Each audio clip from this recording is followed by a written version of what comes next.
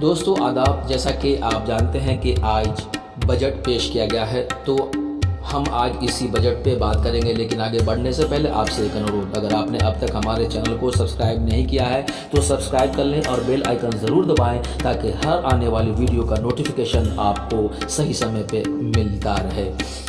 Tax में राहत की उम्मीद लगाए लोगों को लगा झटका। टैक्स स्लैब में कोई बदलाव नहीं।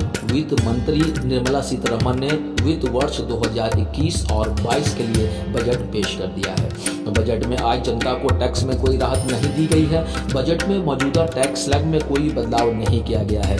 निर्मला सीतारमण ने कहा कि वरिष्ठ नागरिकों को टैक्स में राहत दी जाएगी। 75 की उम्र पार कर चुके वरिष्ठ नागरिकों को अब ITR भरने की जरूरत नहीं है, यानी अब वो इनकम टैक्स रिटर्न नहीं भरेंगे। 7.5 से 10 लाख तक की इनकम पर 15% टैक्स देना होगा। आपको बता दें कि अगर किसी की सैलरी या इनकम 2.5 लाख रुपए है तो उसे सरकार के द्वारा कर कट रखा गया है। ये पुराने और नए दोनों सिस्टम में एक समान है। इस बार हेल्थ सेक्टर बजट में भी काफ़ी इजाफा किया गया है। कोरोना वैक्सीन के लिए 35,000 करोड़ रुपए ऐलान किया गया है। उसके साथ ही उन्होंने ये भी कहा है कि अगर ज़रूरत पड़ी तो और भी फंड दिया जाएगा।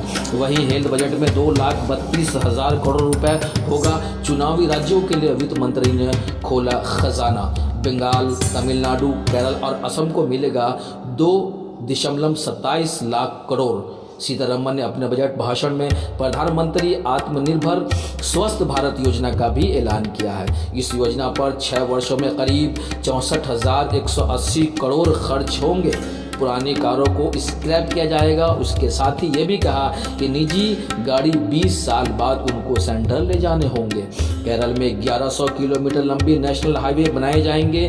बीमा कानून 1938 में संशोधन किया गया है। FDI को 49% से बढ़ाकर 74% मंजूर किया गया है। वित्त मंत्री ने कहा है कि 2021 और 22 में राजकोषीय घाटा GDP का 6.8% होने का अनुमान है। 2025 और 26 तक राजकोषीय घाटा GDP का 4.5% लाने का लक्ष्य है। वित्त मंत्री निर्मला सीतारमण ने पढ़ाई को भी बजट में महत्वपूर्ण स्थान दिया है।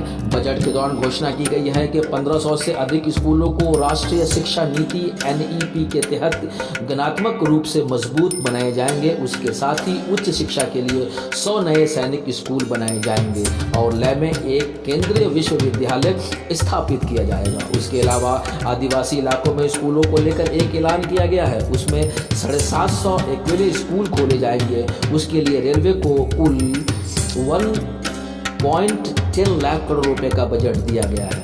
उसके साथ ही मेट्रो सिटी बस सेवा को बढ़ाने पर फोकस किया गया है। उसके लिए 18,000 करोड़ रुपए की लागत लगाई जाएगी। डिजिटल पेमेंट को बढ़ावा देने के लिए 1,500 करोड़ रुपए खर्च किए जाएंगे। ये पैसे एक स्कीम पर खर्च किए जाएंगे जिसमें डिजिटल पेमेंट को बढ़ावा देने के लिए वित्तीय इंसेंटिव भी दिया जाएगा। इस बजट में मोबाइल उपकरण पर भी कस्टम ड्यूटी को बढ़ा दिया गया है, जिसके बाद मोबाइल और चार्जर महंगे होने की उम्मीदें हैं। वहीं इलेक्ट्रॉनिक उपकरण भी महंगे हो जाएंगे। हालांकि कॉपर और स्टील का ड्यूटी को घटा दिया गया। बस अब तक के लिए इतना ही। फिर एक नई अपडेट के साथ आपकी सेवा में हाजिर होंगे।